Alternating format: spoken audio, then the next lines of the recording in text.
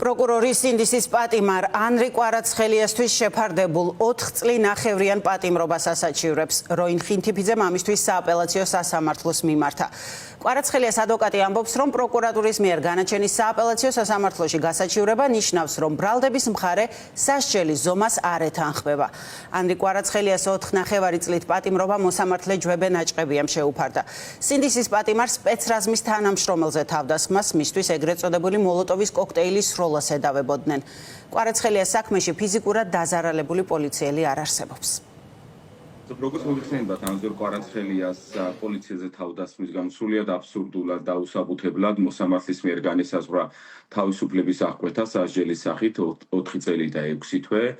რამდენიმე დღე გავიდა განაჩენიდან, თუმცა განაჩენის დასაბუთების ნაწილი ჯერ არ ჩაგვარებია, ვინაიდან მოსამართლებს ზად არ აქვს, თუმცა ბრალდების ხარის მიერ შეტანილი საჩივარი უკვე დღეს ჩამბარდა და საჩივრიდან ვარკვევთ იმას, რომ ბრალდების ხარის ეს თქვა ეწოტავა თავისუფლების აღკვეთა სასჯელი 4 წელი და 6 თვე, რაც მოსამართლემ განუსაზღვრა ანზორ კვარაცხელიას და ითხოვს სასჯელის დამძიმებას. შესაბამისად, მათი საჩივრის ერთადერთი მიზანი არის ის, რომ სააპელაციო სასამართლომ ანზორ კვარაცხელიას მიმართ გამოტანილი განაჩენი, რომლის ფარგლებშიც მას 4 წელი და 6 თვე განესაზღვრა, დაამძიმოს სასჯელის ნაწილში და მოსამართლემ განუსაზღვროს გაცილებით უფრო მძიმე მკაცრი სასჯელი, ვიდრე ეს არის 4 წელი და 6 თვე.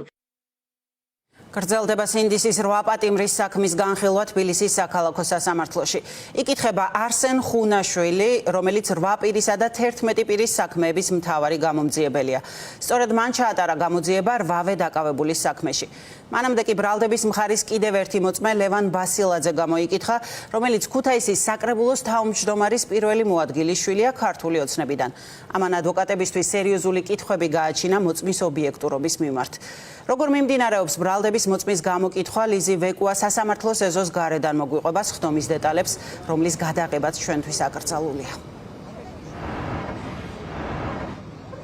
Სოფო გრძელდება სინდისის 8 პატიმრის სასამართლოს ხდომა თბილისის საქალაქო სასამართლოში და უკვე 1 საათია, რაც იკითხება ბრალდების მხარის მოწმე არსენ ხუნაშვილი, რომელიც არის მთავარი გამომძიებელი როგორც 8 პირის, ასევე 11 პირის ჯგუფური ძალადობის ორგანიზების სისხლის სამართლის საქმეში.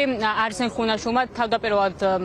ხუნაშვილის დაკითხვა თავდაპირველად დაიწყო თავისუფალი თხრობით. მან ისაუბრა იმ პატაკებზე, რომლის საფუძველზეც რამდენიმე სინდისის პატიმრის საქმეზე ჩაატარა საგამოძიებო მოქმედებები, თუმცა მალევე მას შეაწყვეტინეს თავისუფალი თხრობა ერთ-ერთმა უფლებადამცველმა და სთხოვა მოსამართლეს დააყენა შუამდგომლობა, რომ მას მოწმეს ესაუბრა მხოლოდ და მხოლოდ მის მიერ ჩატარებულ საგამოძიებო მოქმედებებზე და არა მისი კოლეგების, რადგან ამ მომენტში იკარგებოდა ობიექტურობის შეგრძნება.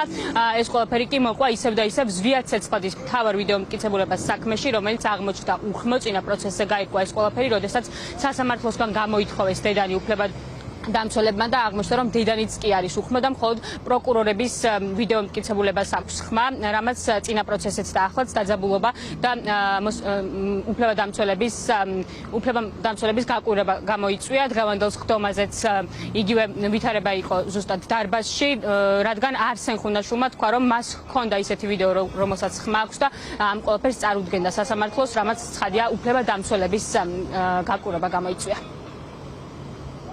გარდა პატაკისა, დამეწერა გიორგი ჯიქიას და შალვა ჯახუას პატაკები. ჯახუასთან მითითებული იყო ლინკი, რომელ ვიდეოშიც საუბრობდნენ კაძელაშვილი და კასრაძე. განიხილავდნენ, როგორ უნდა შეექმნათ საფრთხე სხვადასხვა პირებისთვის. ჩამოთვლილი იყო ასევე ის ლინკები, სადაც ბრალდებულები ახორციელებდნენ დანაშაულებრივ ქმედებებს პოლიციელების მიმართ. შემოვიდა ზურაბ ჟღარკავას პატაკი, სადაც მითითებული იყო, რომ ზვია ცეცხლაძე და სხვები სახლში შესაძლოა ინახავდნენ კანონსაწინააღმდეგო ნივთებს, რის შემდეგაც ჩატარდა ჩხრეკა. დათვალიერდა ლინკები, სადაც ზვია ცეცხლაძე მოუწოდებდა პირებს, როგორ უნდა შეექმნათ საფრთხე პოლიციელებისთვის. თქვენთან მექნება შუამდგომლობა. თქვას ის, რა საგამოძიებო მოქმედებებიც თავად ჩაატარა. 15 წუთიან ვიდეოს ხმა არ აქვს საერთოდ და არ ირთვება. თუ შეგიძლიათ მოწმეს მიუთითოთ ის გარემოება, რომ საგამოძიებო მოქმედებებზე გვესაუბროს. მოწოდებული ინფორმაციის რელევანტურობა მხარეებმა და სასამართლომ უნდა შეაფასოს.